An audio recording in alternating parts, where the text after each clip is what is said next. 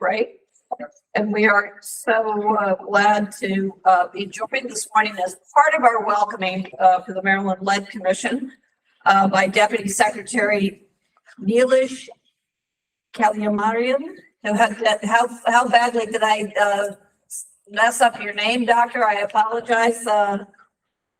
And Cliff, help me out here. So I'll do a brief introduction for those of you who haven't met. Thank you. Yes. Yes, for Dr. Kalyanaraman. So Deputy Secretary Nilesh Kalyanaraman, some of you may know, was formerly the health officer in Anne Arundel County, continuing a long line of deputy secretaries who have come from Anne Arundel County. Yeah, exactly. And I would say some of our best deputy secretaries, parenthetically. But prior to that, some of you may know also that he served as the medical director of healthcare for the homeless here in Maryland. And so he has a long history of working with underserved populations and providing both direct medical care, medical policy.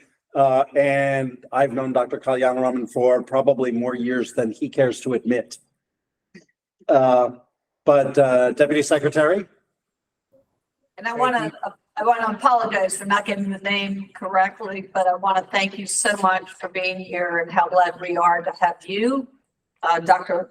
Laura Herrera Scott, Ryan Moran, and others join the administration. So thank you. Thank you. And I'm sorry I couldn't be there in person. Just couldn't get the schedule to work out quite right. But I'm hoping that I can join you in person at a future meeting. So as Cliff so noted, I have been working with underserved populations for a very long time, and lead and lead testing tends to disproportionately affect those who have a range of challenges and those who are lower in the socioeconomic scale. And so as we're looking at what we want to do with this, first of all, I'm really glad to see, I had a chance to talk to Cliff a little bit about this and go through the minutes. And I'm really glad to see the multi-sector work that we're doing, because lead is, I think, one of those classic public health problems, and that it doesn't fit in any one bucket, right? It requires all of us to come together to be able to address that.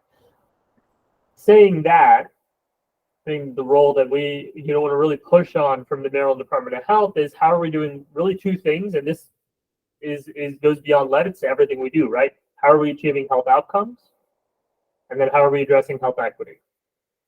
And I think as those two are our North Star, we'll be able to continue to really push to address in the context of lead, how do we get testing to where it needs to go? And we have improved rates, right? And you all are familiar with the data. I'm not going to read the reports to you.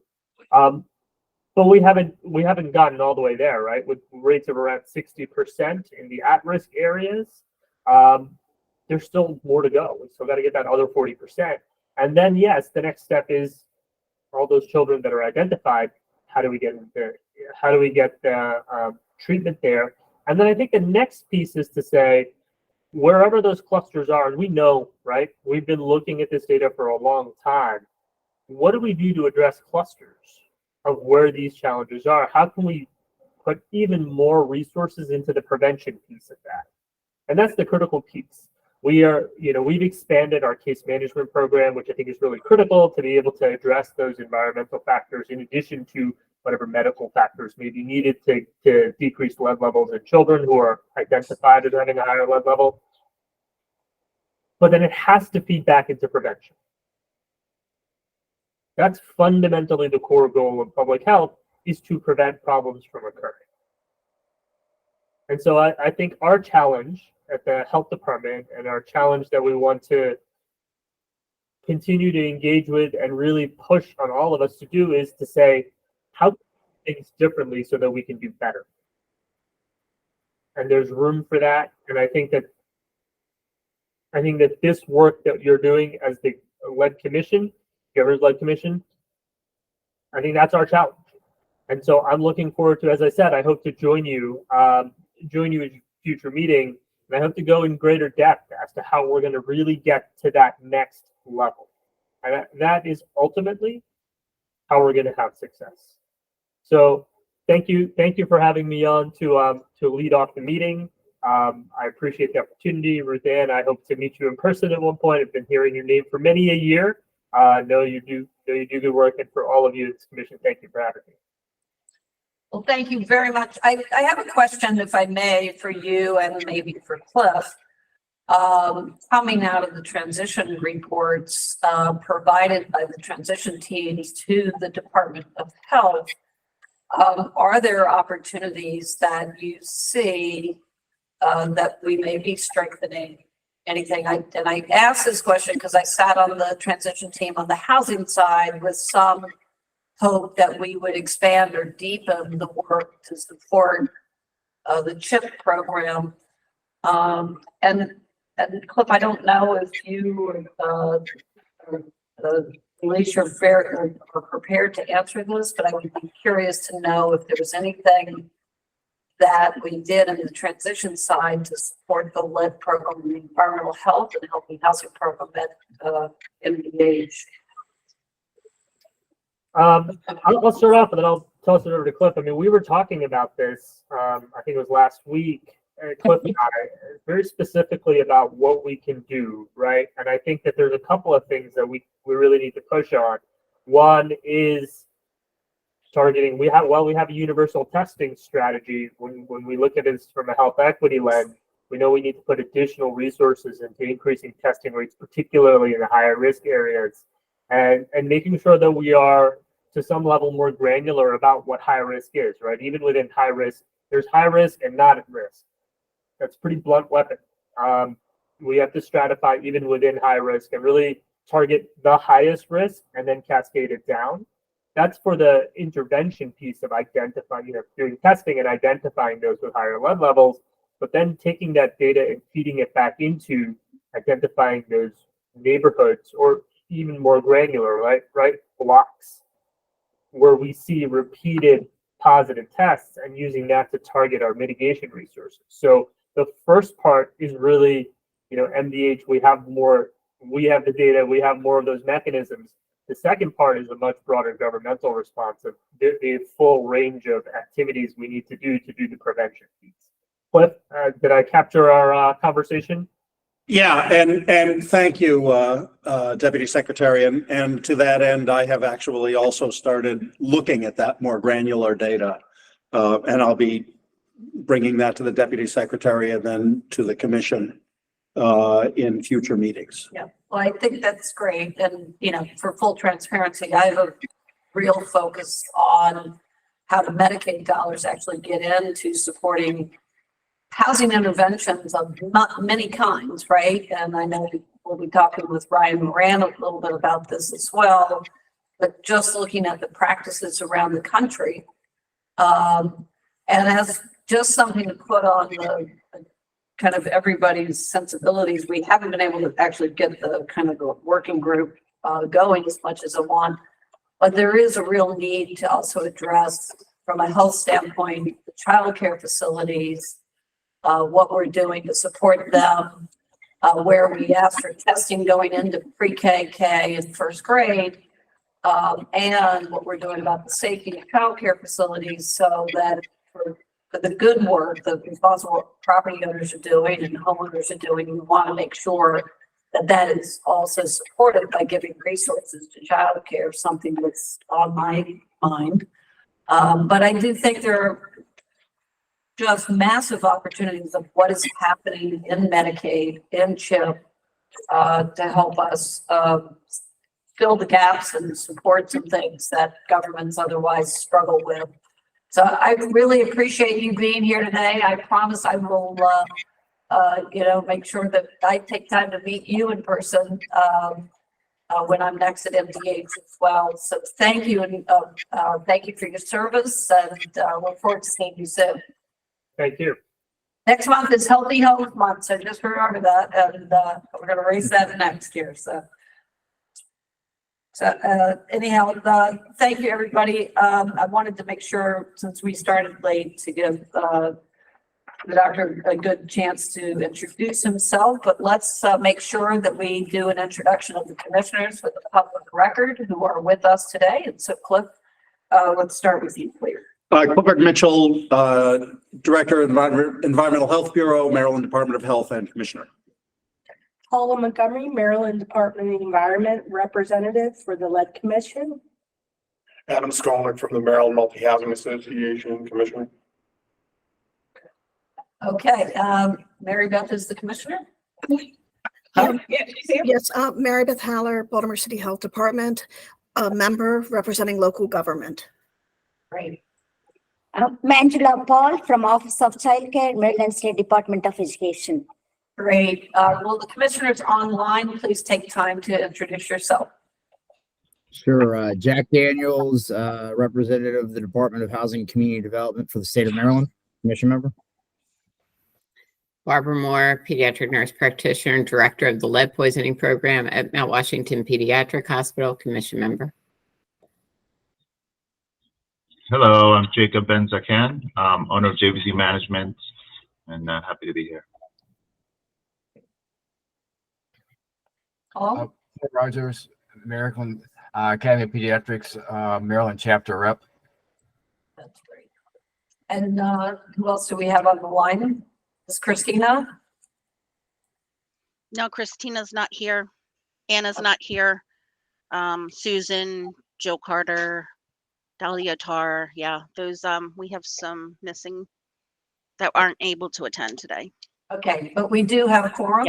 Yes, we do. Okay, thank you. And Wendy, thank you for your continued good support. If I could ask the commission, and welcome to all of our visitors and guests, and we'll have time to hear from you at throughout the meeting, and would love to hear from you. If the commissioners will please turn to the approval of the minutes from March 2nd. If you've had time to review, we'll take a second or a motion to adopt the minutes unless there are any corrections to be made. So moved. Second. Second, great. Thank you. All in favor? Aye. All opposed. I'm gonna someday want somebody to oppose the adoption. Oh, no, you don't. No, you don't. Angela is standing up in protest. No. Right? I mean, honestly, we're gonna do these things. We could always call the roll. Let me, before we get to a couple of things, let me just say a couple of quick things. For those who do have interest, this is obviously Asthma Awareness Month, and also we are the Lead Poisoning Prevention Commission. There is important things around. Just had a National or World Asthma Awareness Day. Still remains one of the major reasons, if not the major reason, that children don't get to the classroom. For attendance wise, it was pervasive in our work and costly. There is a summit coming up. I believe it's May 18th, if I'm correct, at Howard County, which we'll talk about at the end, but we hope people will attend as part of a strategy around healthy housing. Next month is Healthy Homes Awareness Month. Nationally, there will be a number of activities coming out of, I'm sure, MDE and DHMH and other entities.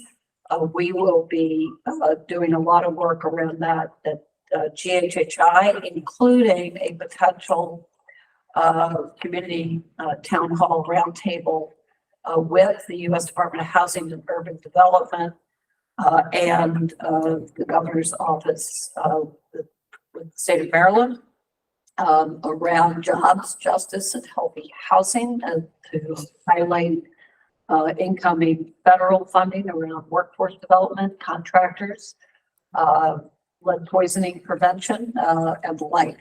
So we will be distributing a lot of material on that coming up. And I know HUD is going to focus on Baltimore as one of its sites around the country. So a little bit more to stay tuned on. But also the 4 jurisdictions throughout the state, the lead hazard control grants are due on the 14th of June. I think it's the third extension that HUD has given. So hopefully this will be the last. And I'm hopeful that the state of Maryland will submit a substantial application, as well as counties. And I know DHHI and others are here to help if anybody needs help on getting connected to the resources, but it is available to every county and jurisdiction in the state of Maryland to apply for funding for our purpose here of lead hazard control. So, and I also want to note that in the supplemental budget for the Department of the Environment, there was additional funding restored by the legislature and the governor's office that we will be able to have legal services restored, case management and outreach services restored through a $500,000 supplemental that was approved through Governor Moore's office. So we look forward to getting back from the department in the July or August meeting on that. Ruth Ann, there's a comment in the chat. Do you want me to read it? Yes, please.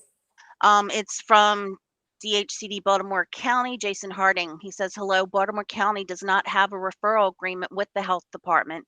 That impacts us in getting our grant money out to the residents. I have been trying to get an agreement in place, which has not happened.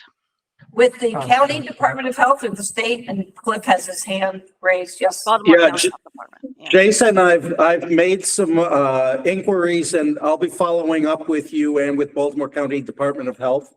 So stay tuned for more. I think that we're and I was in the process of setting up a meeting with both of you.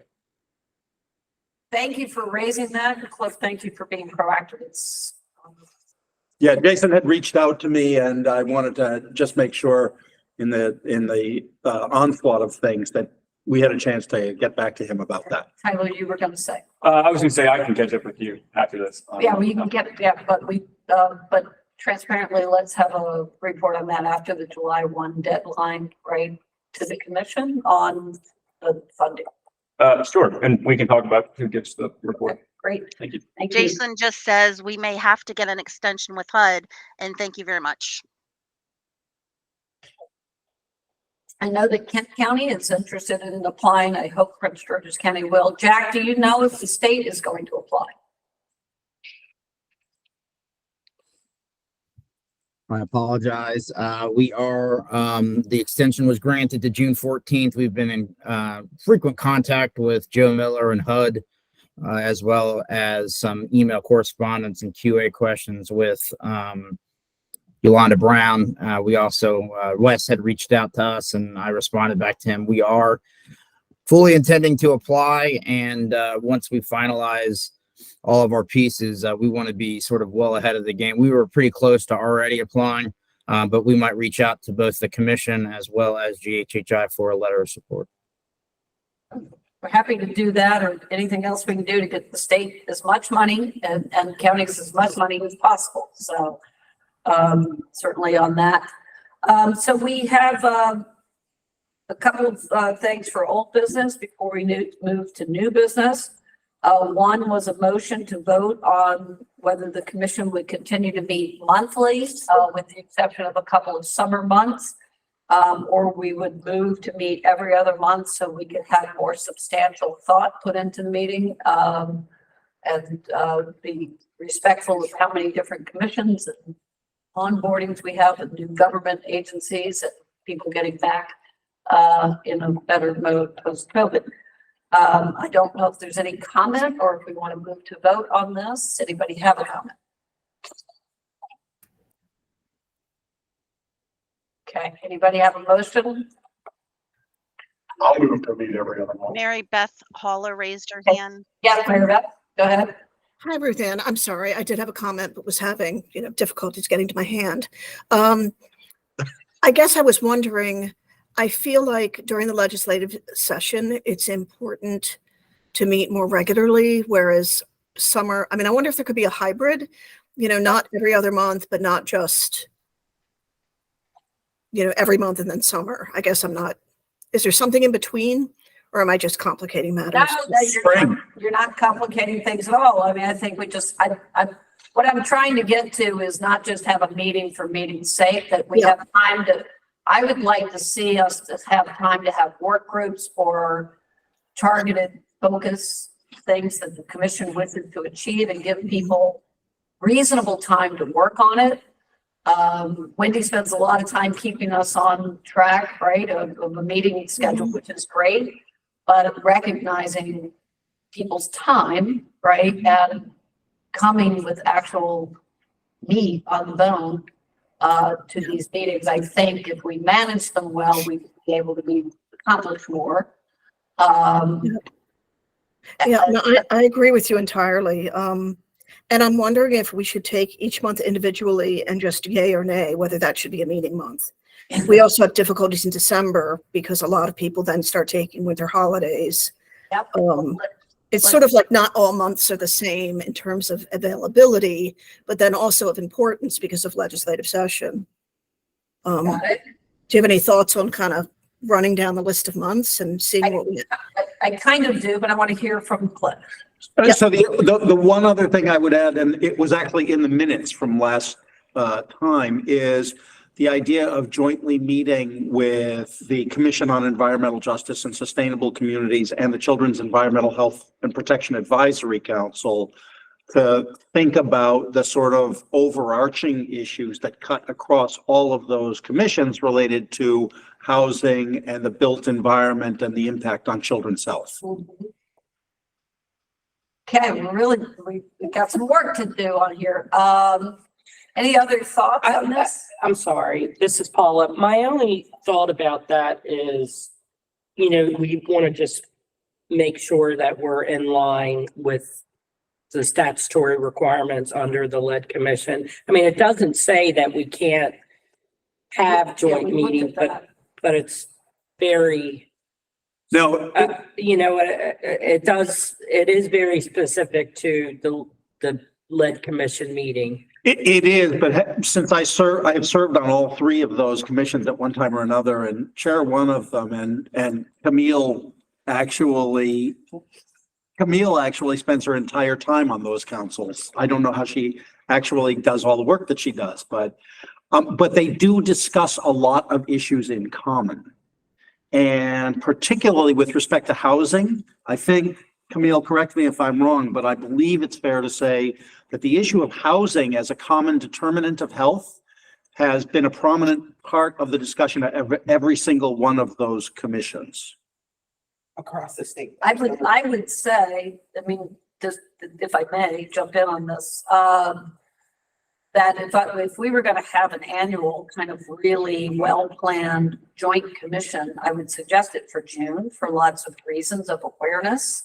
Healthy housing month. As we're thinking about fall planning for legislative reasons and building it around some of our activities, that we could work hard to have a public forum that the public could attend in a commission meeting. I don't know what the term would be there. And we could try to do that next month for sure, but I don't know if we'd be able to do it and do it well. But certainly as we move forward, I think both June and October, because of certain awareness months, right, related to certainly the lead commission, makes sense. I also hear the importance of what Mary Beth said. Our legislation on lead has not been as active in the recent years, although there will be other legislation around climate or environmental health or environmental justice that may come up. But months that I do think are important to me are January at the beginning of session, March, June, September, and October. October is when we really do know what's going to come into the legislature typically. We may want to think about others. I'm not trying to get us down on workload, but I'm trying to get us to thoughtfulness. So do we want to table this and try to work through it, I think, and then come back in June? With a better. Yes. Okay. Because DJAC has a statutory requirement to do outreach meetings in the community. So we were in Cherry Hill just April, but we plan to be on the shore in July. We've actually already planned places to go to. Yeah. So I'm happy to look at June, and if there's a way for us to meet outside in the community, that will satisfy. Yeah, and I think all of us we should be much more accessible. We have no outside people, right, meeting with us here. Yeah. We don't make this as accessible to parents and families, and that's who we're here to serve in the end, right? Protect people's houses, more accessible to rental property owners, people impacted by the law. So I think so maybe Cliff and we will work together, right, to do that. Yeah, and let me just say, the Children's Environmental Health and Protection Advisory Council has had exactly the same discussion. I also think from the point of view of the community, having a combined meeting on a single topic is better for the community than three separate groups coming in, because we've had experience with that too, which sort of leads to Yeah, and I think this is confusion. something that Secretary McGowan and others ought to consider on the long term of how do we align these various commissions that I know fall under the department too, and how do we work together. But I do appreciate the look at how we are serving the public, what we are doing to address those issues that impact the public and getting that information. So Cliff, Camille, and I will spend some time working on this with the department.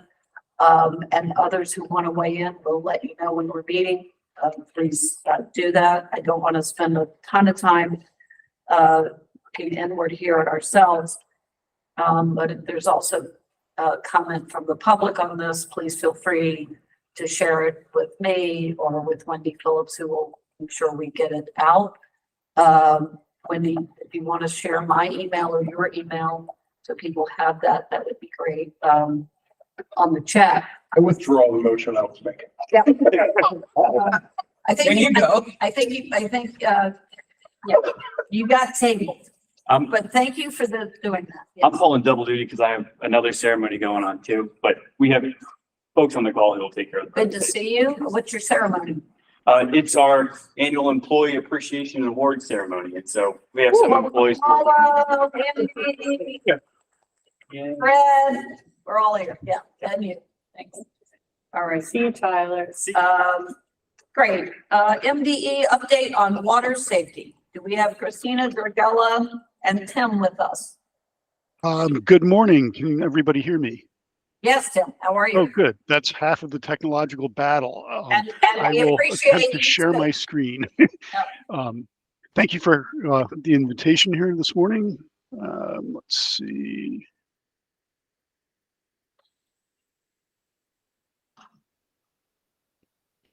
Okay. Can everybody see this? Not yet. There you go. Can we make it full screen? Yeah, let me just go to slideshow here.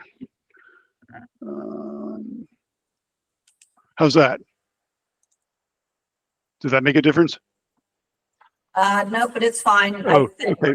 Let me try one other thing because I can maybe try Word as well. It No, might we're, be better. I think we're good. We're fine.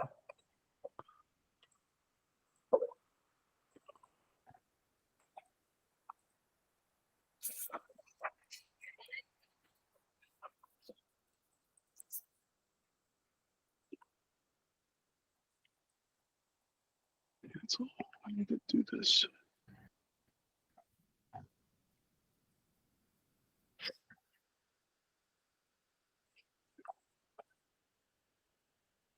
Tim, it was fine the way it was. So if you want- Okay, and I apologize. I can't seem to get it back. I had this problem one other time recently. Let me just try one other thing. Tim, do you want to email me the presentation? I can do it for you. Sure, sure. Yeah, man. Let's Send me an email. see. That was Wendy, right? Yep. Sorry. Okay. Let's see. while we are doing that, Cliff, we have here to talk about merging the immunization certificate with lead screening certificate. And sort of the, always, like, we hear from parents about that. And Yeah. I know this is something that likely local public health departments hear about in schools. Is there actual work being done on this? Is something to be helpful here? So there is in fact some discussion going on. I've opened some discussion with the immunization program about what that would mean. Eamon Flynn and I have been working on revising the current Form 4620 lead testing certificate in light of comments, and that's actually gone for review through the commission. And I appreciate all of the feedback from all the commissioners on that form. We are Looking at you, Paul Rogers and Barbara Moore. yeah, no, and they've been very, very prompt with their feedback. So we're going to be submitting that for an update in the next couple of weeks to our internal forms approval process. The longer term question about merging the immunization record with the lead testing record is more complicated because of statutory requirements for the immunization record. So that's a longer discussion with the immunization folks, but it is something that I'm very interested in. A lot of it has to do with the electronic health record and Immunet and CRISP. And part of my long-term plan, if we can get there, is as more of the electronic medical record integrates immune updates and Immunet and those pieces, my goal is to try to integrate those as much as possible. This is also a discussion with MDE because I think we need to solve, and I've talked with MDE about this, the problem of faxed records from providers' offices with point of care testing, which is a major workload / challenge for both the providers and for MDE. So I think it's not a simple solution, but my goal is to have a longer conversation with CRISP, with Immunet, MDE, and us to talk about how we more easily integrate lead testing into the practice of medicine in the physician's office, which frankly is partly the immunization record, but it's actually more has to do with the electronic health record and integration with Immunet and CRISP. So that's the reason that it's a somewhat complicated discussion, but at the end of the day, my goal would be, and this is, I will say this is sort of my long-term goal, is to integrate those so they're an intrinsic part of both the electronic health record and the immunization record and flow seamlessly. When a child is entering to pre-KK, right? Right. Right. Yeah. How is that record transferred? Does the school system have an access to know that they're getting a child in who's in compliance, or for lack of a better way to say that? So one of still just voluntarily parents are providing. Yes, ma'am. Parents have to submit as part of the health form for enrollment, whether it's the childcare or pre-K program or school program. As part of the health records, they need to submit the immunization form and the lead form. But my question is, what's the success of a parent holding on to that lead test from age 2 right to age 4? They collect it from the healthcare provider's office. When they go for the health form to be completed for the school and So you're seeing relatively decent success on that. Yes. in childcare, there's relatively decent success. In the schools, it's more complicated because one of the things that more and more of the schools are doing is actually using CRISP to look at medical records and health records. And one of the things that we're seeing with both the school-based health centers and more of the school systems is the use of CRISP and Immunet together. So they're not necessarily requiring the parents to provide. The law actually allows the schools to use Immunet as an alternative to making the parents go back to the providers. One of the things we're trying to do is simplify this for the parents as well as the providers, because oftentimes one of the obstacles for parents that they report is that they're charged an extra visit for going back and getting the record, or it requires an extra visit in order to get the record. So the goal here is to simplify this process and integrate it with the way we're doing more transfer of medical records anyway, for example, COVID vaccination and other things, where it's now built into CRISP and it's accessible to the schools in the health suite directly through their interface with CRISP. One last question I had, and others may have other questions. We're seeing now, right, Unite Us platforms, and Hopkins has a new platform that they're creating called First Help. Is the state health department working with those platforms on the sharing of blood-led data? Is that some role that you have in working with these referral platforms?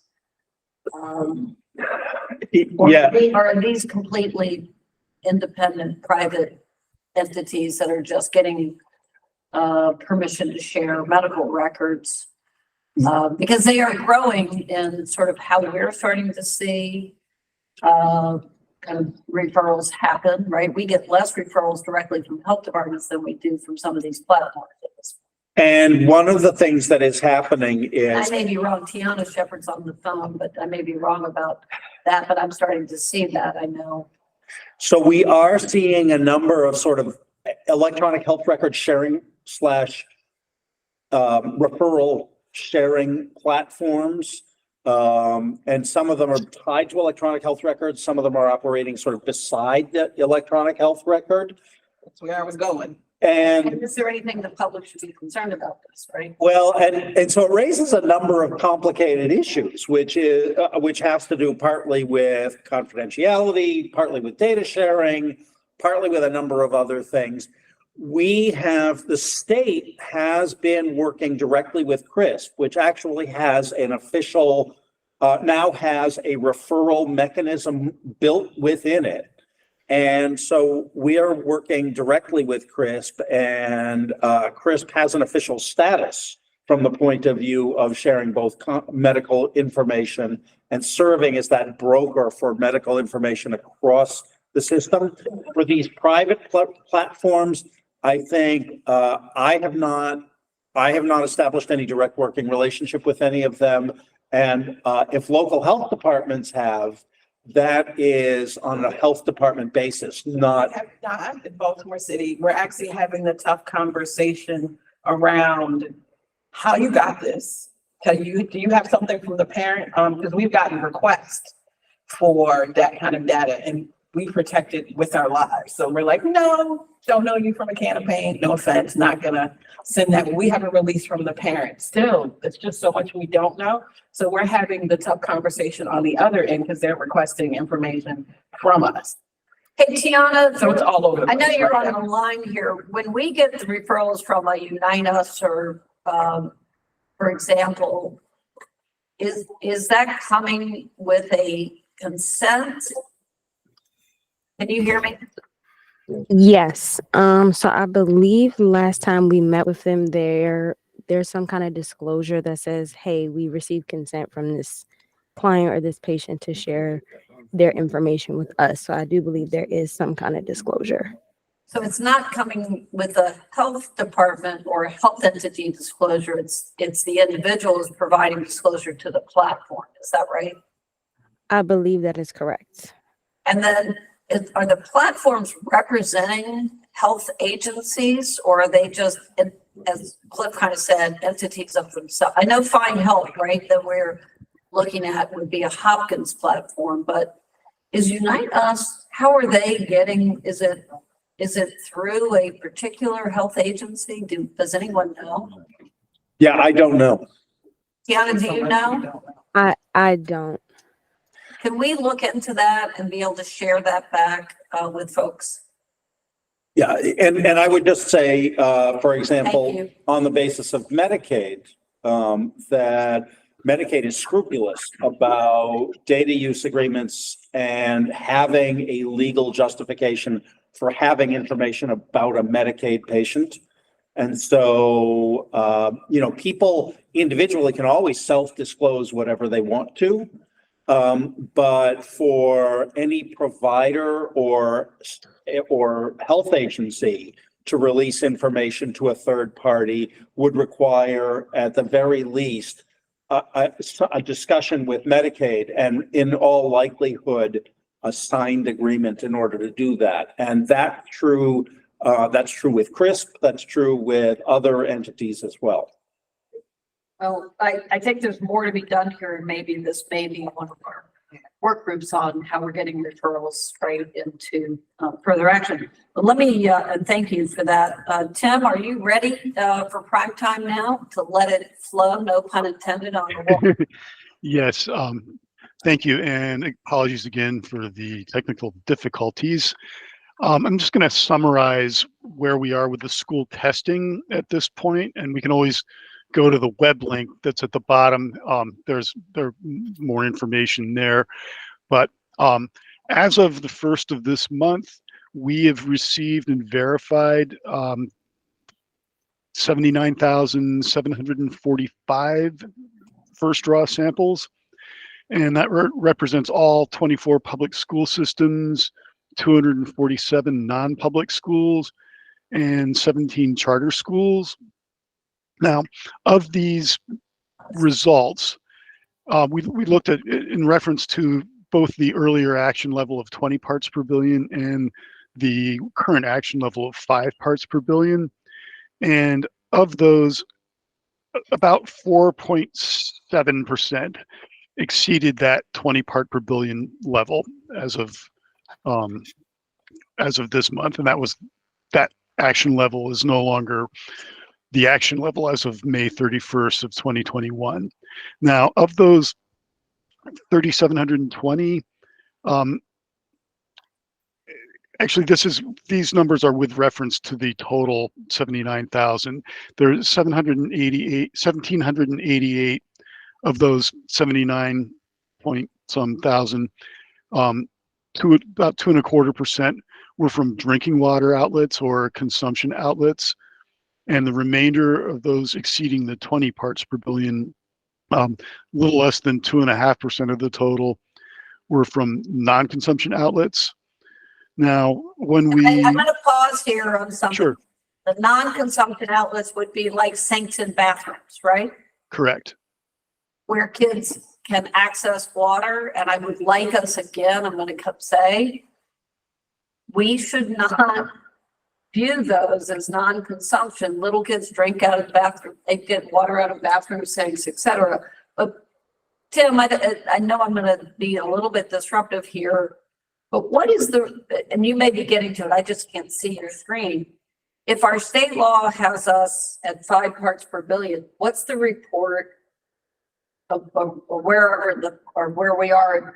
What's the report of 5 parts per billion versus 20? I'm sorry, say that again, please. You said we had lowered a threshold, right, to 5 parts per billion. So what's the results there? Isn't that? That's the next bullet, the next larger bullet. Okay. The 12,452 out of those 779,745, about 15.6% exceeded the 5 part per billion threshold. And again, relative to that almost 80,000, there were about 7,600, about 9.5% that were from consumption outlets, and about 4,800 or just over 6% from the non-consumption outlets. Okay, so about 9% of the time on what we consider consumption outlets, we are exceeding the 5 parts per billion. That's 9% out of that 79,745. Yeah, out of the sample. That's right, but that's not necessarily 9% of all consumption outlets. It's much less than that because we're only reporting the with relative to that.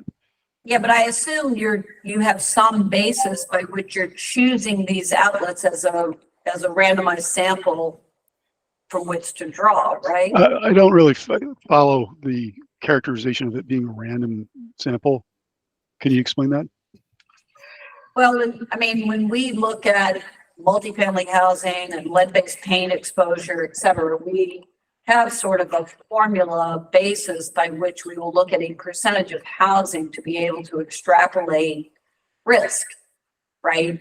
So I assume there was some basis from which we had sampling from which we can extrapolate a general. Well, the basis of the sampling is required of every drinking water outlet, every consumption outlet in the schools once every 3 years. So it's not a subset of that, Okay. those outlets. It's every drinking water outlet. Do we know what is the universe of outlets? So if you're sampling out of 79, are we to assume that it's about 250,000 or something like that? These 79,745, that should include for all the schools that are testing, they should be testing every drinking water outlet. But a third of the time, or right? Is that what I'm understanding? No, Or once every 3 years, they test all. okay. So the 79 is all or not all? It is all, excuse me. Now, there are some schools, mainly the non-public ones, that we haven't gotten anything from yet. That's not a lot, but otherwise it's all. Can I urge the department also to please share these results with the legislature through Delegate Jared Solomon, who's been kind of leading these efforts? We do have a governor's report every year that does go to the legislature. Okay. On this. All right, thank you. Sure. Questions for this slide that Tim has up? Yeah, I have a quick question, and I think I know the answer, but I want to make sure. If a school is requested an extension, do you report the school's request for an extension and you're granting it so a parent would know it didn't happen this year, but the school wanted to put it off for 6 more months? We generally don't. We just, we can't force anybody to do this, but we generally, the only time that we allowed a longer time than that 3 years was during the initial part of the COVID pandemic. Okay. Barbara has her hand up. Sure. Why can't they finish the school? So is the 79,000 that were done 1/3 of the total number of school systems, non-public and charter schools, so that over a 3-year period, we would actually be seeing, I don't know, 240,000 samples? No, these represent, the law went into effect in April of 2018. So it's actually been in effect 5 years now. So with the once every 3 years sampling, these include multiple samples, from different sampling events from the same school. There are lots of outlets that have been sampled more than once. Okay, do we know are there any public schools or school systems that have not submitted lead results in that time period, or at least in the past 3 years? I would have to double check that. I believe the public schools we have gotten from everybody, but I would have to double check that with my colleagues. I think you can take this as a request from the commission to have a report based on the percentage of schools complying with the law within the 3-year period of time. Taking out the duplication and looking at the compliance rate, because I think that's what we are trying to get at. So the other question that I have, Barbara, if I may add on to your question, I may have misheard you, Tim, when you said we can't force people to do this. My understanding of the law is it's mandated for schools to do this. So can you please clarify that for me?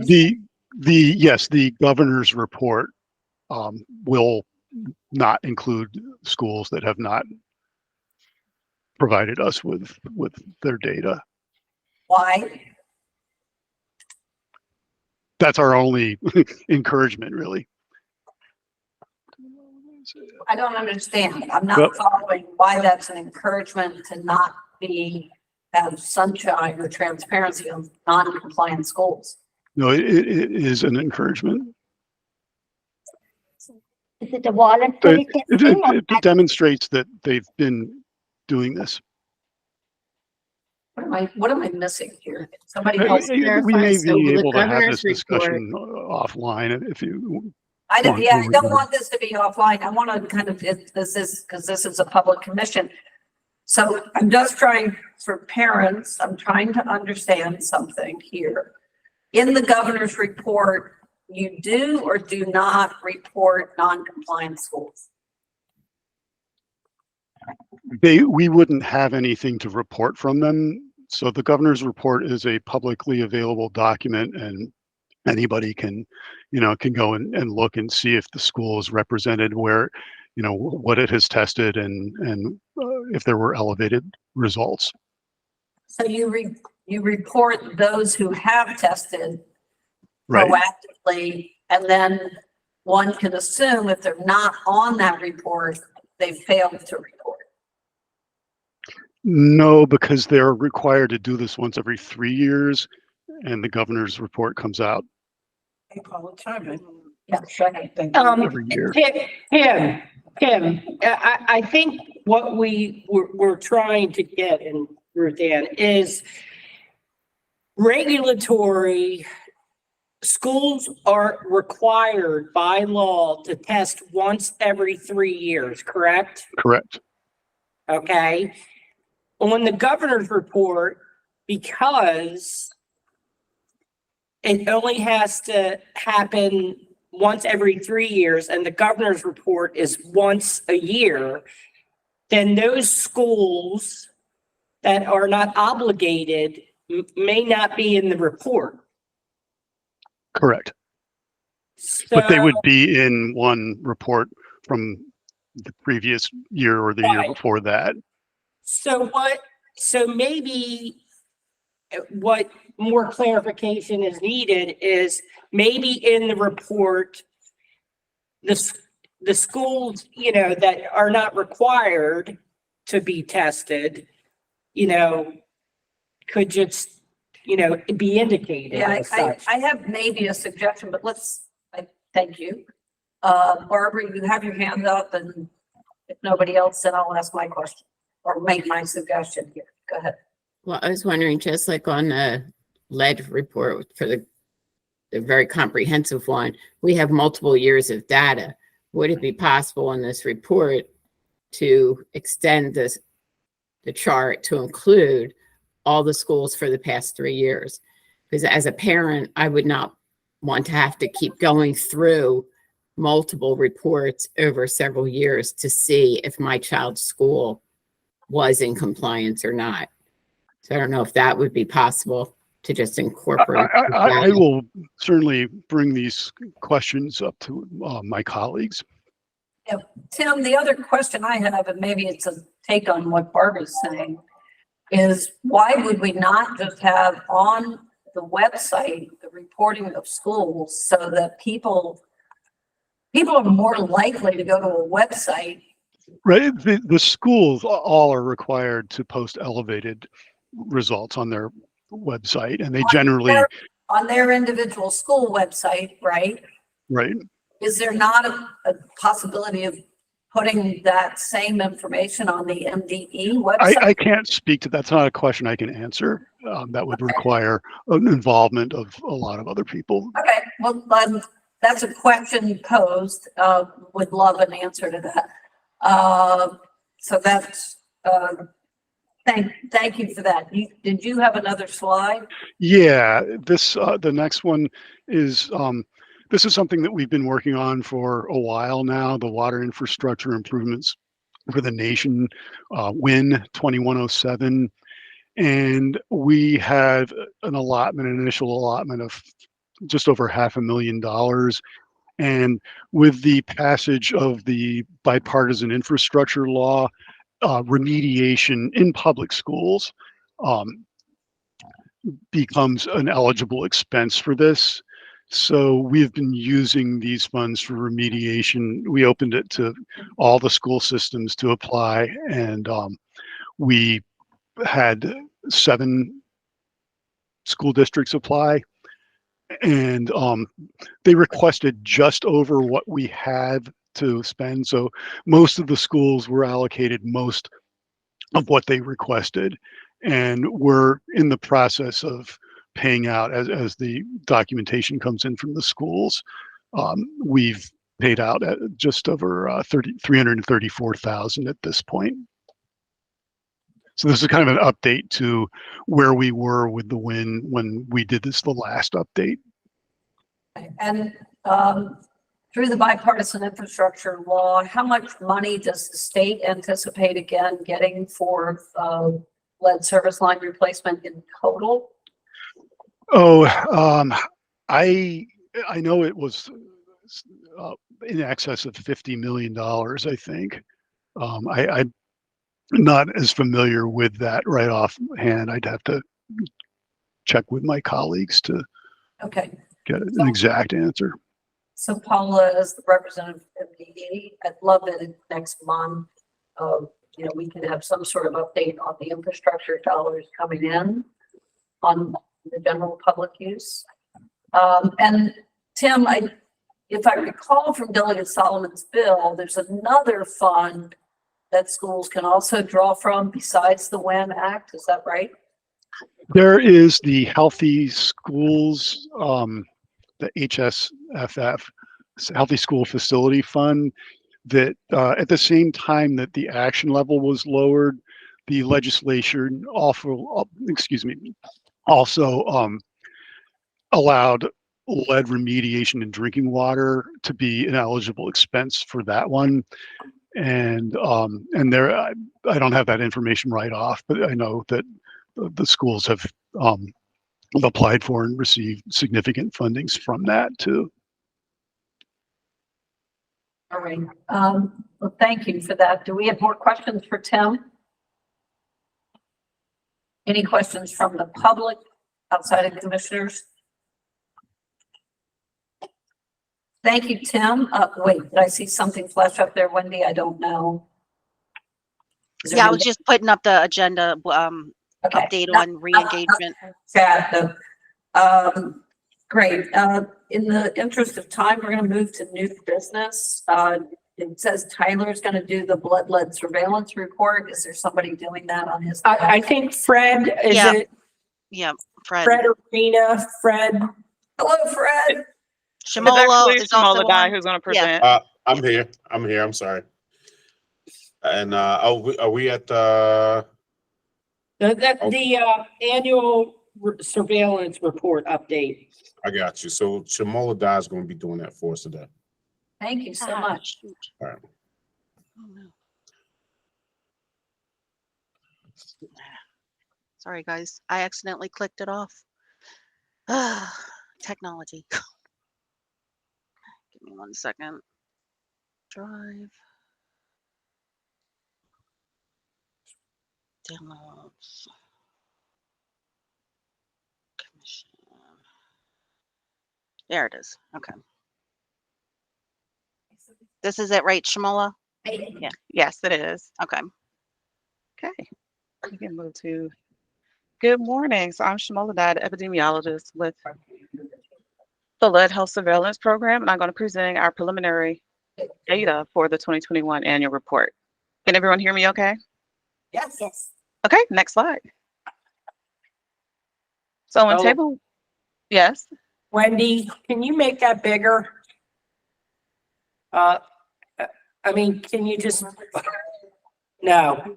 Can I'll you read just, some of the numbers off to you if you can't see it well. But for 2021, we had a total of 117,041 blood tests from 117,038 children ages 0 to 18 years that were received and processed by the CLR in 2021, and of which 112,205 tests were from 107,000 children. There it is, 187 children of the ages 0 to 72 months. And among this group, children age 1 and 2 had the highest rate of blood lead testing in 2021 compared to other groups. Next slide, please. Next. all right, make it smaller. Yeah, yeah. Okay. So on this graph, it's showing the number of children aged 0 to 72 months identified with a blood lead level greater than 10 micrograms per deciliter. And it's showing that there was an increase from 270 in 2020 to 339 in 2021. Next slide. So this, Shamola, I just want to clarify that statement. In 2021, the blood lead level was 5 the entire year, but in 2020, correct? repeat your question, please, Paula. In 2021, the blood lead level of concern was a full at 5. It was at 5, started at 5. Correct. But in 2020, it didn't start at 5 until July. Right. Right. So the two things about this to bear in mind. Yeah. First of all, 2020 was the year of COVID, Right. and testing just fell through the floor. Right. So the numbers here are artificially low for many reasons, Right. but mainly because no child was getting tested. Right. And so we fully expected, and this was also seen with asthma emergency department visits, that in 2021, as people return to some degree of medical care, Right. I personally expected the number of kids detected to go up anyway. Okay. Even though it's also true that the blood lead level had fallen from 10 micrograms legally to 5 micrograms. The bigger influence probably here is actually COVID. Is probably recovery from COVID. Okay. All right. That's my guess. Yeah. And that is correct, Dr. Mitchell. Okay. Thank you. Sorry about that. I just. No worries. I For the sake of your time, I want to get through them and then take questions at the end. Both of those things are factors, but I think They are. it's probably COVID. Okay. Yes, thank you for clarifying, Dr. Mitchell. Okay, so on this slide is showing the number of children age 0 to 72 months of age tested for lead with a level of 5 to 9. And it's showing on this slide that in 2020, during COVID, there were 901 children and it increased in 2021 to 1,184, a 28% increase. Yeah. Okay, next slide, please, Wendy. Okay, so this shows the number of children tested for lead with blood lead levels of 5 to 9.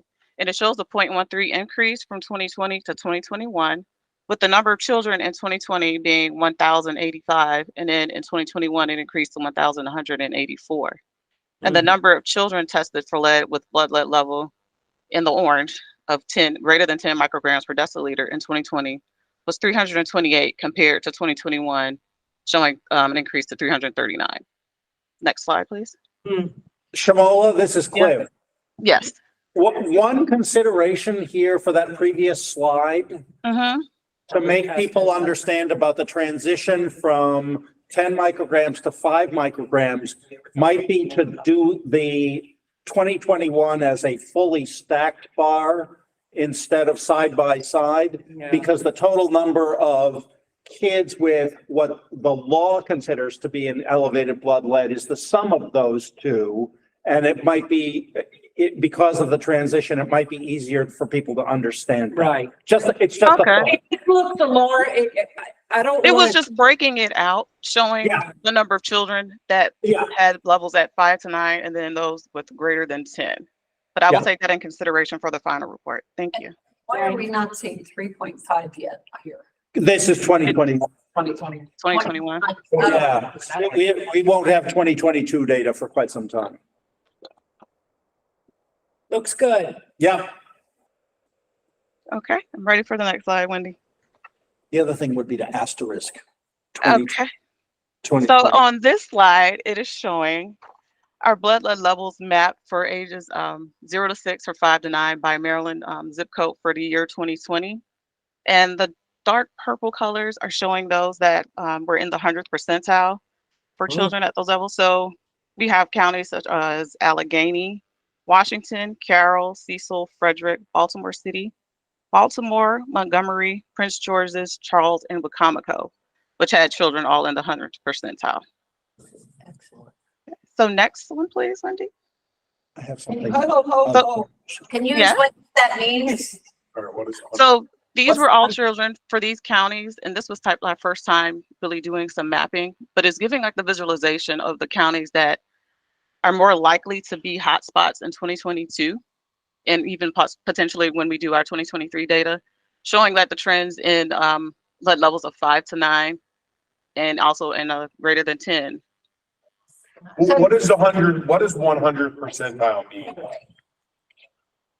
So the percentile is broken down of the demographics of the children in Maryland that did blood lead testing.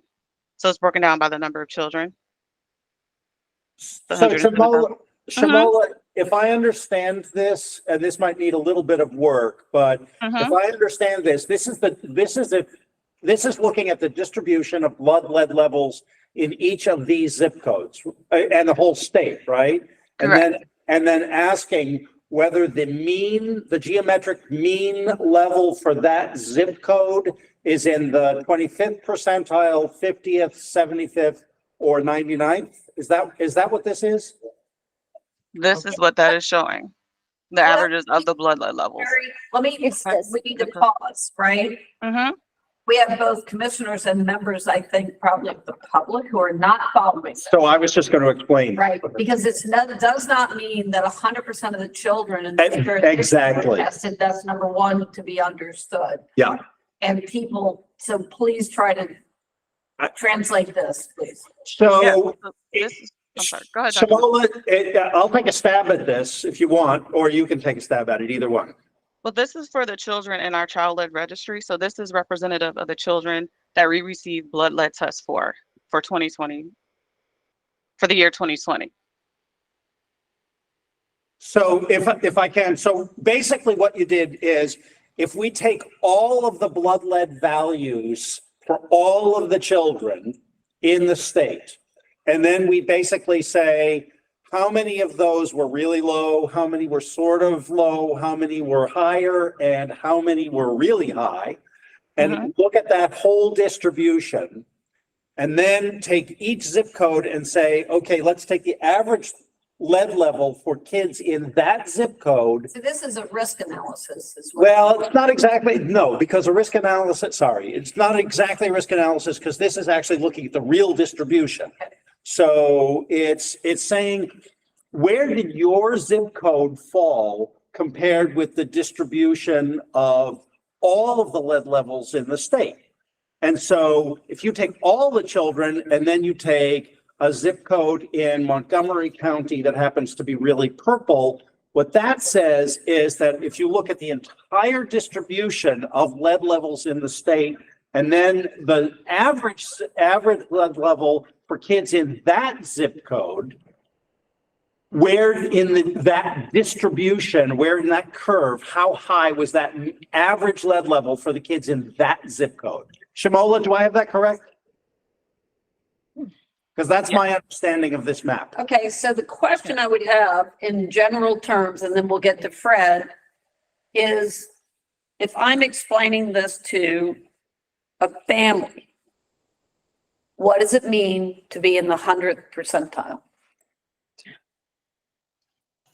So I'll try to step in here. So the way I always ask this question is the dark purple bad or good? Simple. And we probably need to change the terminology to a less statistical based terminology. So the darker the zip code, the worse it is for children. Right. I think we all get that, right? Yes. But when you use the term, right?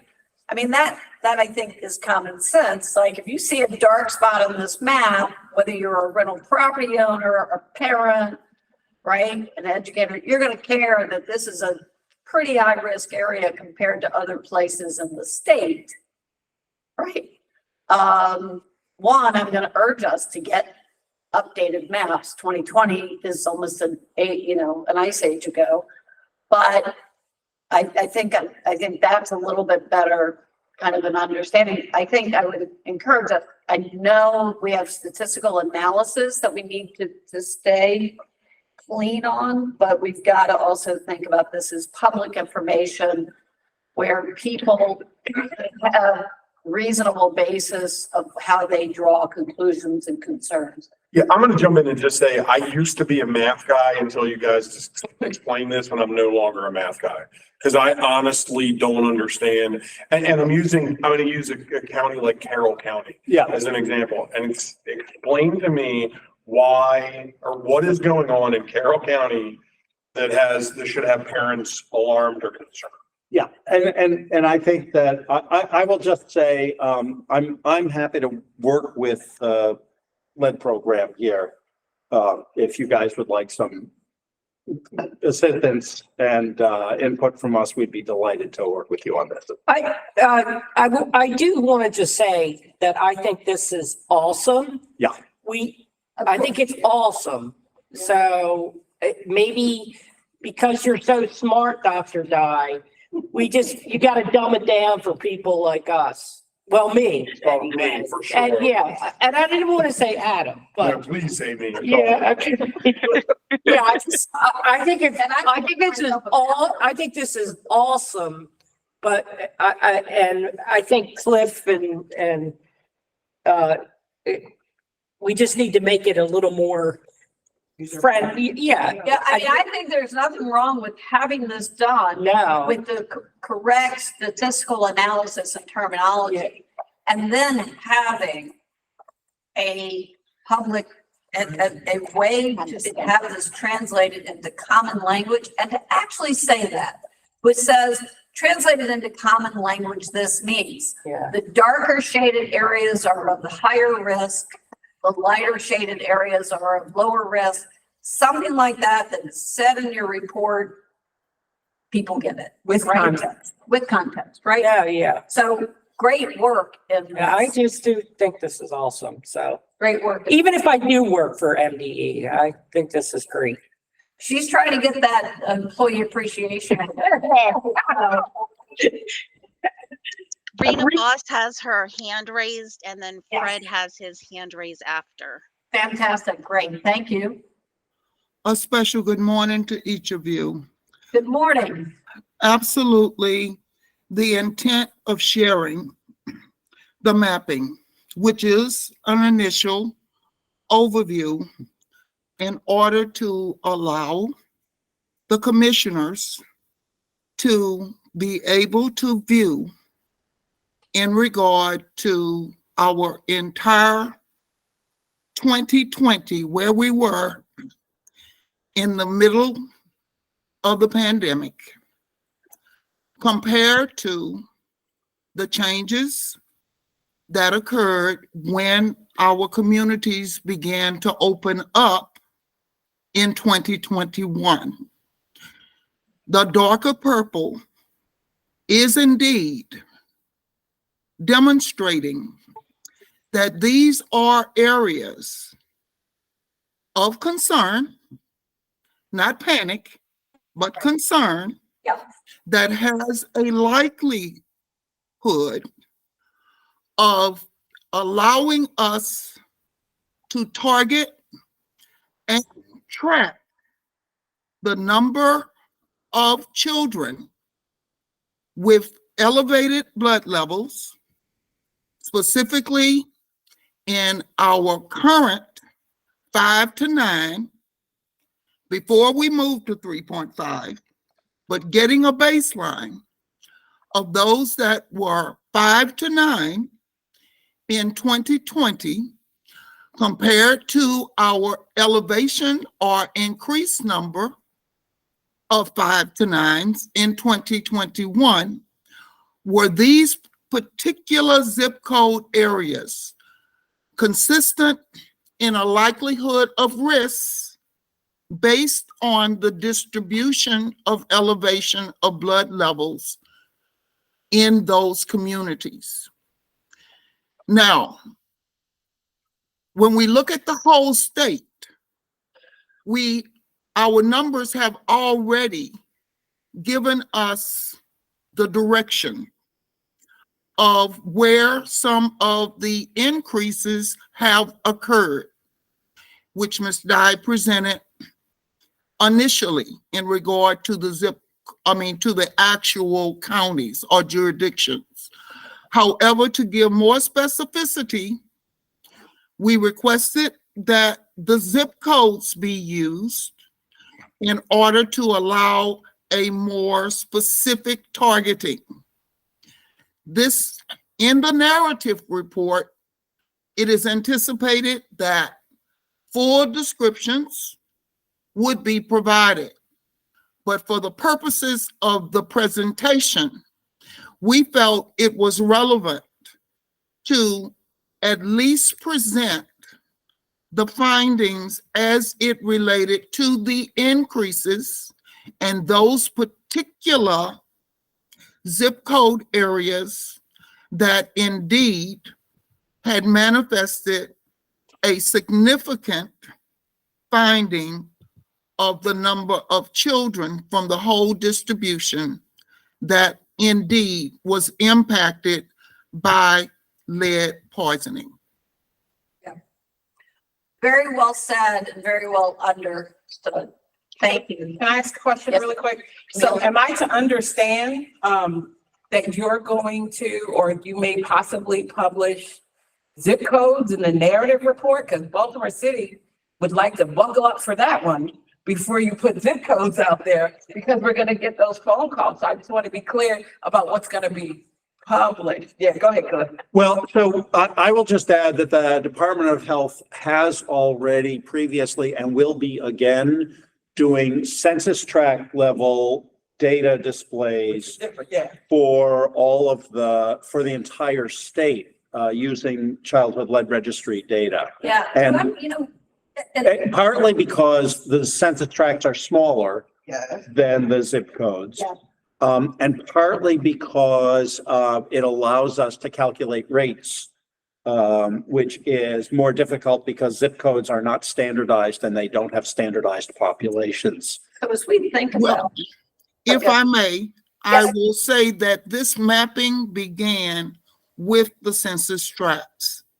And then the specification was to include also the view of the zip code. Yeah. So the census tract is most definitely defined in the reporting. It is not, definitely zip codes are within census tracts. So again, with the actual narrative description, but the graphic and visual presentation was at least to allow the commissioners, for the purposes of this presentation, to be able to have in their hands by handout those particular areas that they may have increased interest in, as we have had requests in the most recent, as people have been trying to prepare their grants in regard to very specific census tract and zip code data in order to report as their rationale to support their grant applications. So with that in mind, we felt it was appropriate and relevant to at least share the visual presentation of those areas that we have already confirmed, not only in this report, but probably even more so in future reports of the trend of change. So, Doctor, thank you for that.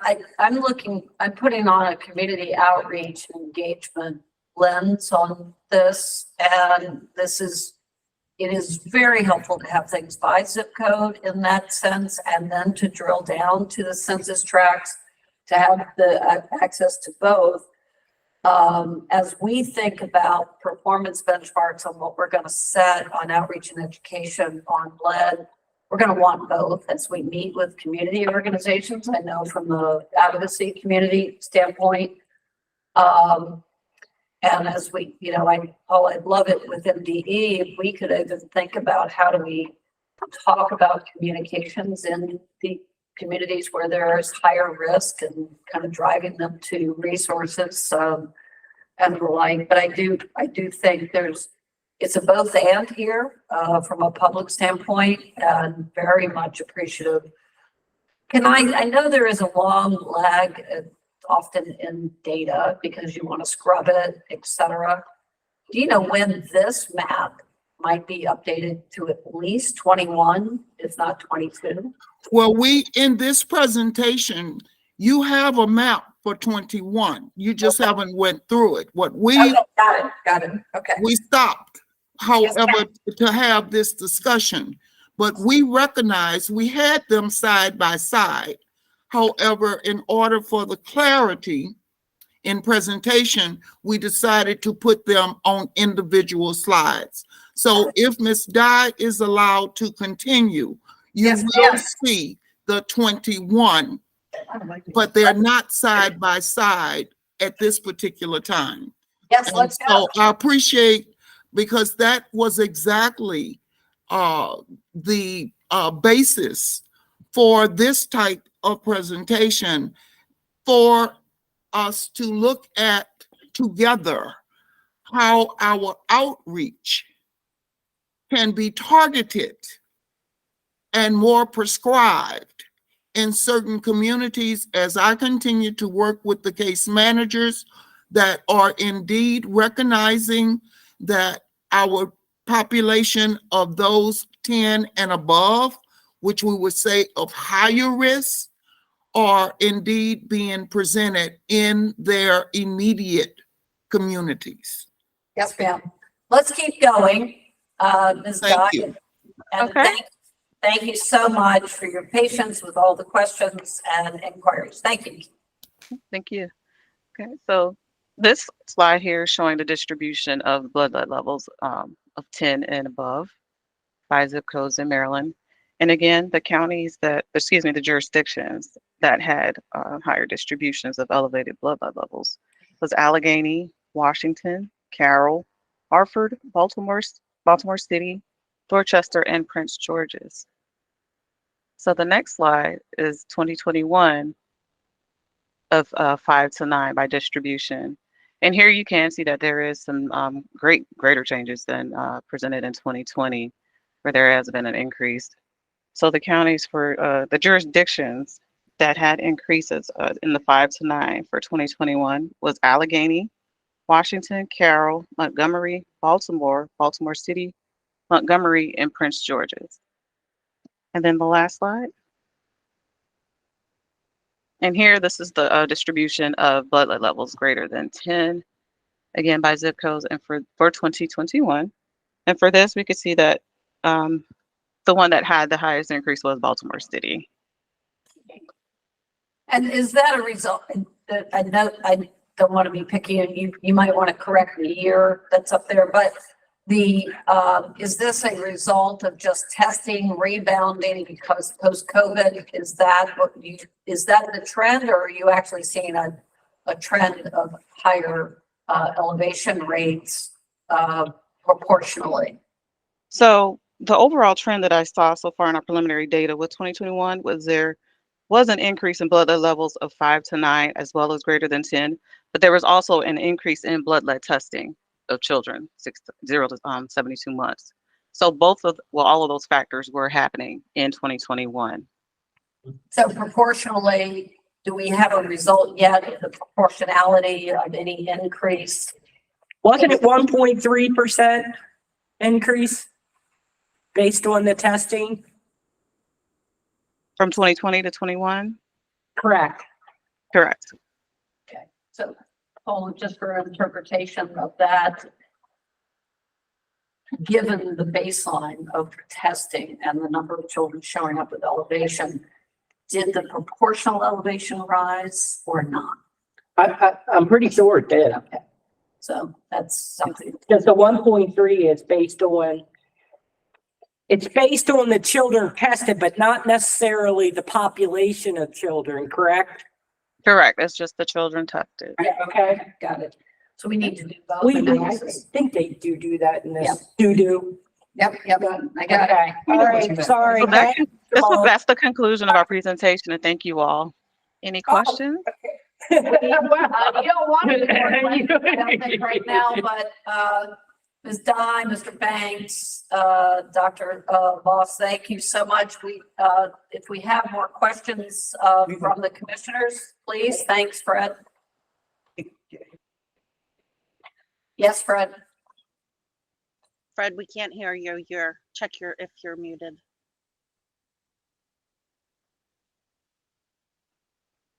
Fred? He might be muted. He's trying.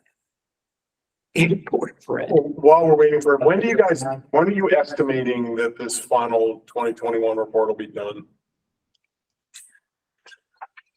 I'm estimating at the end of this month, so May 31st, it shall be finished.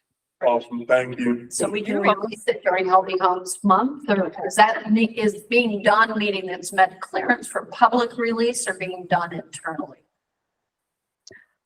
All of those factors, I don't know yet, but I know I'll be finished analyzing all the data and updating all the tables and the narrative.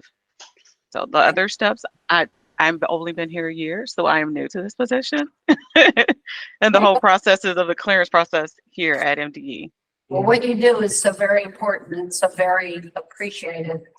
Thank you. Good job, Fred, Paula. Fred, are you able to speak? That will be internally. We will it will be up to administration for the actual publication, but it will be completed for internal review. Fantastic. Fred, I know your hand is still raised. Did not know if we're going to get it. If it's not. I think he's having issues with the headset. If he chats with you, Wendy, maybe you could repeat whatever is necessary. If no other questions, we want to thank the MDE team for this discussion. We do not have anything to report on the daycare at this time, other than I did see Clint McSherry yesterday, Adam, so maybe we will reconvene on that. And what I would add. Hey, you guys hear me now? Yeah. Yes. We're gonna call you Kevin now, but that's okay. That's right. That's right. So a couple things. We've been working through some data entry issues that we got resolved. So we hope to get the 2022 data and report completed by September of this year. And then beginning on 2023 shortly thereafter. So we hope to start getting these reports out by February of the following year. So 2023 should be done by February of 2024, and that's going to be our goal moving forward. That is amazing and gratefully welcome. Yeah, Dr. Boss, I think, just kicked me, but we're going to try to get it done. Another thing to take in mind, this is the first time we've ever used mapping the report, so we are going to have an internal and external report, one for this committee with more detailed data, and then one that goes out to the public and the daycare centers that is more user-friendly. Great, and I will remind commissioners that what we are seeing are internal draft reports, and we need to give MDE the time to do the thorough vetting before sharing publicly. Fred, thank you, and thank you for the full team. If we could. Are we moving on to Paula and her presentation? Yes, ma'am. Okay. Paula, do you want me to share the screen? Yes, ma'am. I will. And we're gonna table daycare and transition reports, I think, in the interest of time, because Okay. we'll go to the legislation and then. Yeah, you all be happy to know that, I only have 5 slides too. Okay, so, we met, as a subcommittee. Here were the members. It was myself, Susan Kleinhammer, Barbara Moore, as commissioners, and then, Tyler Abbott, the director of MDE, Dr. Banks from the lead program, Jonathan from MDE, and Camille Burke also participated. We had 2 subcommittee meetings, one on February 10th and one on February 23rd. Next slide, please. And there was a lot of work that went on behind the scenes. The initial discussion determined that we, just wanted to identify some things pertaining to environmental investigations that the commissioners believe needed clarification regarding environmental investigations. And the bullet points identify those, which was use of the HUD guidelines during environmental investigations, the environmental questionnaire to determine testing needs during environmental investigations, the report of findings, the generation, interpretation, and dissemination, and outreach and education to families of the identified child. Next slide, please. So from that list, we determined some action items that we worked on in between our meetings. We created or revised a division tree, which was already created by the program, but we wanted to share with the commission and outside members and interested parties. We reviewed Maryland regulations specific to environmental investigations, revise or update the environmental investigation report of findings to make it a little more user-friendly, determine what information may be shared with designated healthcare providers pertaining to environmental investigations and children's health. MDE is currently working and in the process of sharing information on environmental investigation outcomes with local health department nurses and care providers. Create and disseminate more source fact sheets to be used for medical and environmental case management, and that members will reconvene in the event that there are special cases that need coordination. Next slide. So basically what this is a look or a decision tree of what happens. And this is based on the regulations that were adopted. And we need to, identify that not only do these regulations specify how an environmental investigation needs to be performed, they also specify about how a family is supposed to be contacted and how many attempts and follow-ups are needed. So the regulations are very specific about making sure that children get proper, or families get proper notification on the child's level and environmental investigation. So this is, you guys all have this. RA is a risk assessor. LHD is the local health department. So this is kind of this circle of, how that contact happens. And it should be noted that even if, we do make all these provisions to contact the family, that, and we close the case, if we receive a request at a later date to perform an environmental investigation, we will reopen the case. Next slide, please. So this again is, what the process of an environmental investigation looks like, obviously the scheduling, the environmental investigation questionnaire, which is very specific to the HUD guidelines that has to be administered prior to the environmental investigation to determine what needs to be tested. And then obviously a visual inspection that needs to occur, followed by a paint survey identifying any defective conditions in the property. And then you review the report of findings with the parent and property owner, and guidance with the report, sample analysis, sampling. I went the wrong way, but you guys can follow this as well. And one of the important determinations is, and this pertains to our law and what happens once a child is identified with a blood lead level of 5 or greater in a pre-1978 rental property, is that once we identify lead-based paint hazards, then in a pre-1978 rental, MDE will then issue a notice of defect that it'll track and manage to ensure that the property owner meets the modified risk reduction standard. Okay, next slide. This is Camille Burke. I'm sorry, this isn't real clear, but this is a supplement to the report of finding. It's not the whole entire thing, but we are going to finalize this and make this a supplement to the report of findings that goes out by the department and Baltimore City Health Department, so that both property owners and parents can understand what an environmental investigation really means. Because just throwing stuff on a piece of paper, really doesn't mean anything, at least to a public who doesn't, understand what is entails an environmental investigation.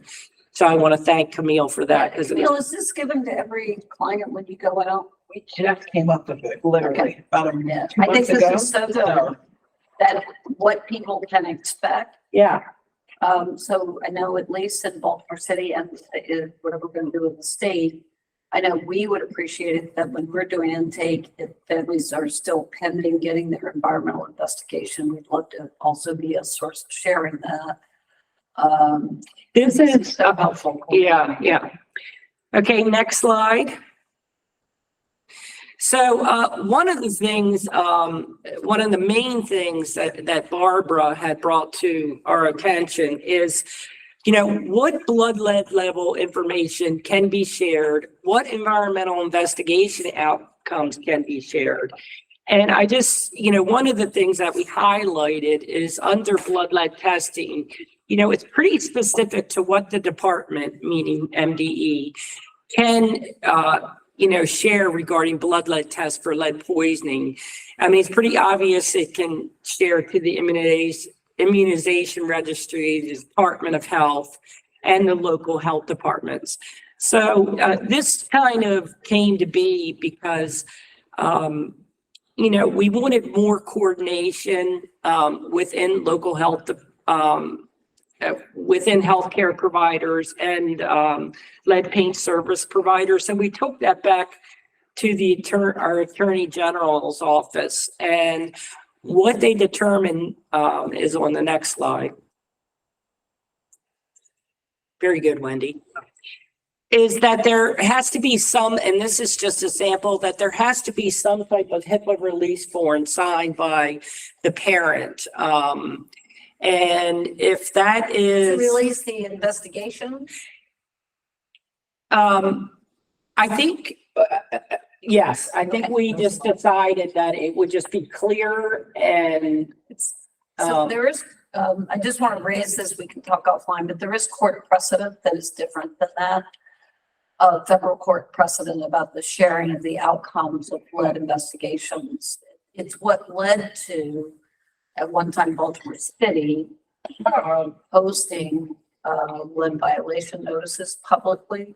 So all I'm going to say is offline, we should discuss whether that bears anything, and whoever's at the OD's out there should look at that. Because it was deemed by the federal courts at one time think I know it somewhere, but it was deemed that it is a public risk to have a hazard that somebody else may enter. So Yeah. the investigation of a unit, right? This is the lead. This is about the unit, not the individual, right? This was a lot of discussion around Yes, this. and so the building itself is not protected by HIPAA. And, right, I mean, The building's not protected. the building is not protected by HIPAA. So I raised question on this, that we are putting something intended for patient record that has to do with a structure and trying to wrap HIPAA around that. And so I have some serious questions for your council who may be looking at this to use HIPAA for disclosure. Chris, are you on the line? You might not be. I mean, I could certainly, We can talk about it a little. yeah, there was, there was some opinion about that regarding demographic information, and the address being part of that. So I can take it back to them. The same as real estate records are public, right? So the same as real estate records are public, the actions regarding those structures, same as if you were putting a window in or your permits are public. I think this falls much more in that alignment. So I'm just going to say, as one person on the commission, I would like to talk to Chris Corzine or whoever has looked at this. This is more, well, it's definitely around, it's about the depths of what we share. It's not so much the address and the violation, but a full-on environmental investigational report. It was about, and who we share it with. We are lucky enough, and we do it so often, that because of the relationship in Baltimore City, and I'll use us, with Barbara Moore, with MDE, and with you all, it's just something we seamlessly do.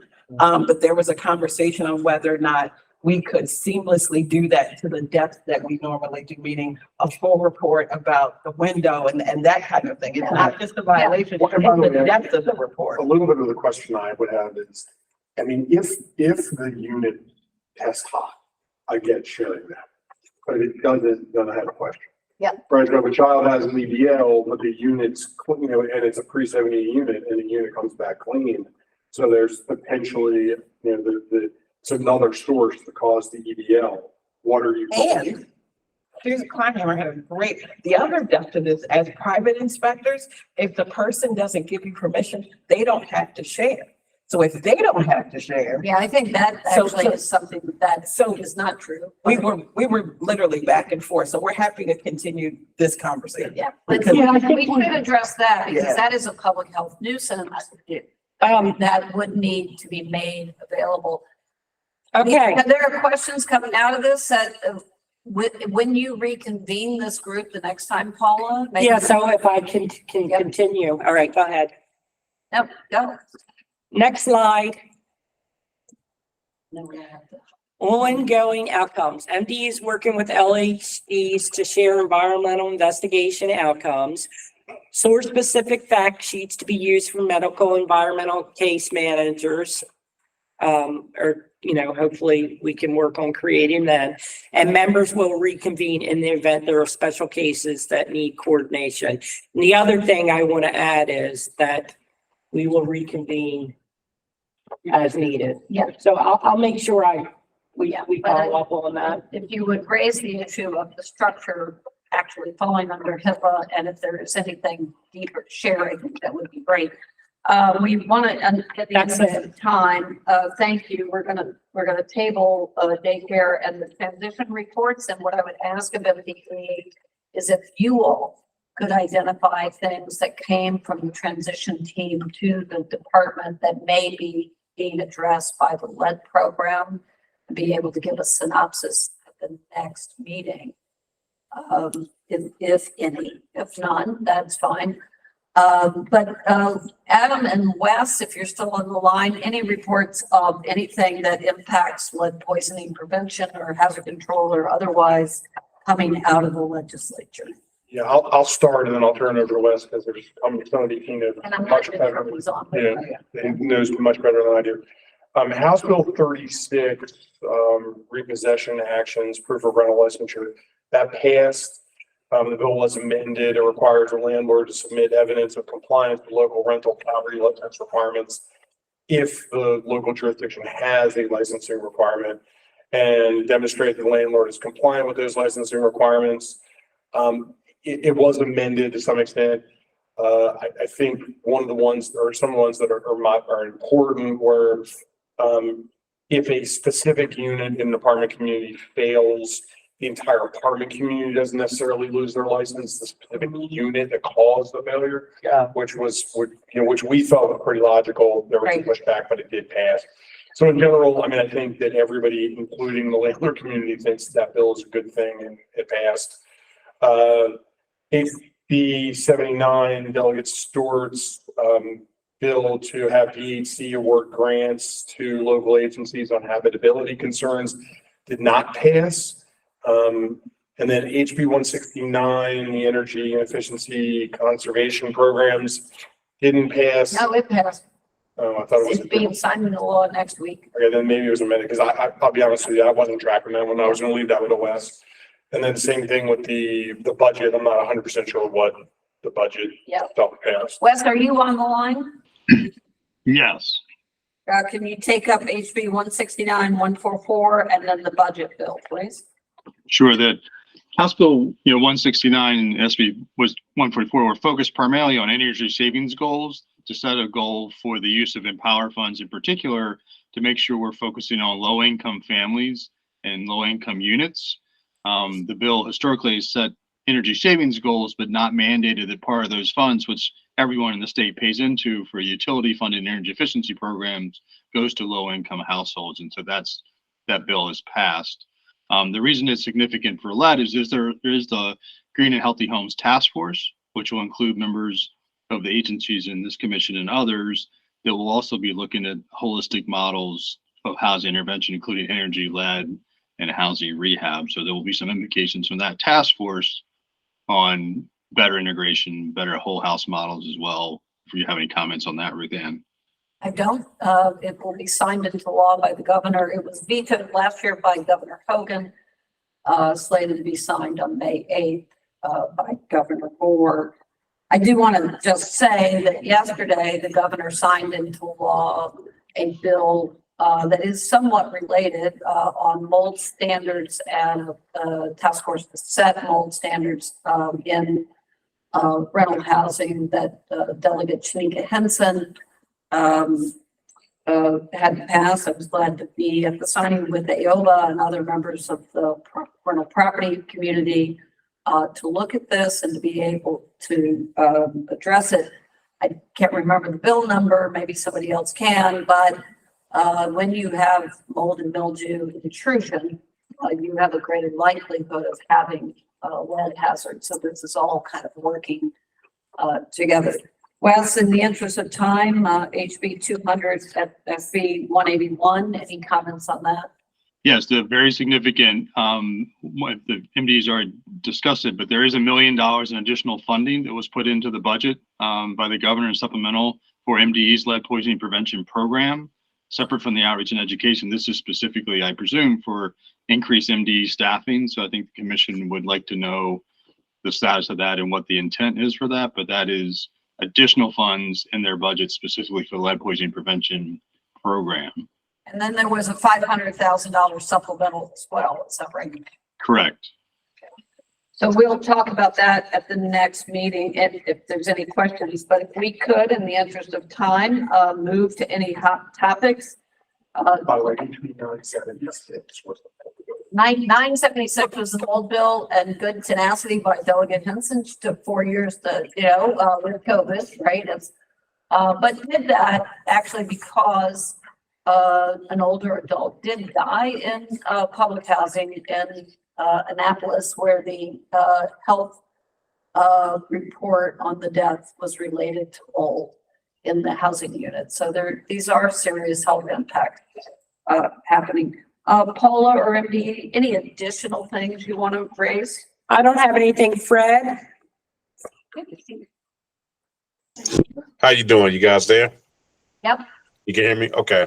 All right. No really anything new. We still have a couple of big cases that we're working on now, one with the inspector that has numerous infractions, another one with the TV tower we're still working through, but besides that, we're preparing for the new elevated blood level. We did hire some new we did hire a new unit chief for our accreditation oversight unit. That'll be Kevin Stanley. Congratulations, Kevin. So welcome, Kevin. That's right. That's right. He's already been on several legislative policy meetings already, doing us proud. So we are trying to fill some vacancies, but besides that, we're just trying to get prepared for 2024 and the new requirements for our staff. So. Thank you. I know we all look forward to working with you on that. Cliff is not in the room. Is there anybody, Candace or otherwise, that you want to raise anything from MDH? Can I mention something about MDAAP? Yes, you're next. So just let me courtesy, is Candace on the line for MDH? I'm here, Ruth Ann. We don't have anything lead related, but as you know, the asthma summit is on the 18th at the Howard County Health Department, and registration is now live. You can reach out to myself or Chevelle Bash with GHHI, and we can get you registered. And we hope to see you all there. Thank you, Candace. Dr. Rogers. Yeah, thank you. We just finished our ECHO program. The Maryland chapter, American Academy of Pediatrics, had a special training program for pediatricians across the state. And we're just now pulling together the outcome data and quality improvement data. I wonder if maybe I could present that next meeting. Yes. Good. Thank you. Out of that, please, as well. Thank you. MSDE, OCC. Yes, we are promoting the leg testing and vaccination as the academic year is ending and the new year is coming in. As the parents are getting ready, the forms going to the provider's office for the required forms to be completed. So we are pushing that lead screening to be completed. And there's a concern, there's a lot of push from the parents because they have to take one more stop to the lab for blood testing. And when the testing is not done, the childcare providers are cited for non-compliance. So there's a fight, but we are promoting the information for testing. So that is wonderful. Would you please share that with Angela Perry Hall and Chevelle Bash and Alexia Jones and Wes, our team at GHHI, if we can help you at all on promotion of anything as you do that or promote that you're doing it, we would be happy to do that, as I know others would. MIA, anything? HCD, DHCD, Jack, in addition to your lead grant, which you'll need great support letters from everybody here. Anything else to report? You're muted, Jack. I apologize for that. No, nothing at this time. Okay. Camille, Mary Beth, anything new? Two things. For those of you that haven't heard, Dr. Taylor too. Yeah, Dr. Jaraza, her last day was May 1st. Mary Beth's first day as interim commissioner was May 1st. Oh, congratulations, Mary Beth. I think she's gone because she literally told me she had to go. So we're all just moving around and doing about 9 other things, but we're gonna push through and figure this out. That's important to know. And second, the comment period for new lead regulations in Baltimore City is actually up. We posted it on April 24th. It's going to be up for 30 days. And if you go to the health department main page, it is right there. So please, I get those comments, I get those questions, as does legal. So please, if you have any comments, once you read through, and if you choose to read through those pages and pages of new lead regs, please do. And we will incorporate your comments before our final push to publish. And because of Mangela's promotion. We're about to finish our lead testing tour of St. Vincent de Paul Head Start sites. And I put that the numbers are coming in around 250 or 300, which is a lot for us. So we've had some other Head Starts reach out to us. So we're going to take the testing to them, but I will keep you in the loop. Fantastic. Thank you. I have a comment from Barbara Moore. She says, we have had 16 new referrals for lead clinic. Thank you for the health departments and GHHI for your support. I expect more referrals to healthy homes for healthy kids also. Unfortunately, some families are thinking the home inspection is optional. We will discuss offline with MDE. Well, it is optional. Well, we need to, Barbara, look forward to working with you on that. Thank you. GHHI, Wes and team, is there anything? Not at this time with the time frame. Yep. Thank you. Wendy, do we have any public comment before we close? I know we're trying to close on time. I see no hands raised. I think we're good. Okay. Just as a reminder though, if you, this is the lineup for the next month, but things may change, so. Yep, and we're gonna add Paul Rogers there. I am in discussions with the Department of Housing and Urban Development. I don't know when their event is going to be. So we will find that out, but we will get an invitation out to Jake Day for sure. For those on HCDs, it's coming. Want to thank everybody. Camille, can I get a motion to adjourn? Or Paula? Yes. Second. All right. All in favor? Aye. We are adjourned. Thank you. Thank you, everyone. Have a great month, everyone. Thank you. Thank you. Try not to do everything. I know. I have to. Thank you. Thank you. Thank you for your good work. Thank you all for this high-tech setup. Yeah. I do like I've it. got it on. I don't mean to be. It is nice. It is nice. See you. I love the walk in the tunnel. Oh, I do. I didn't even. Why didn't you guys try to walk park? by me? Didn't you try to park in the red? I did. I watched you walk by me this Tell them, morning. you know what? You just tell them that I said you that- have a drop off at MDE. Okay. I said I'd like commission. To Paula, drop off to Paula, yes. Yeah, Okay, I you agree with do, you. no, I mean, it was different when we weren't allowed to telework. That, you can park in that. Don't say I told you, No. just say, It wasn't you. yeah, just say that, I'm meeting with the secretary. Okay, I will do that. Yeah, I didn't do that. No, you don't need to do that. You got a promotion? No. I thought you said Angela's promotion. No, she's promoting us actually doing, The elected. testing. No. It's because of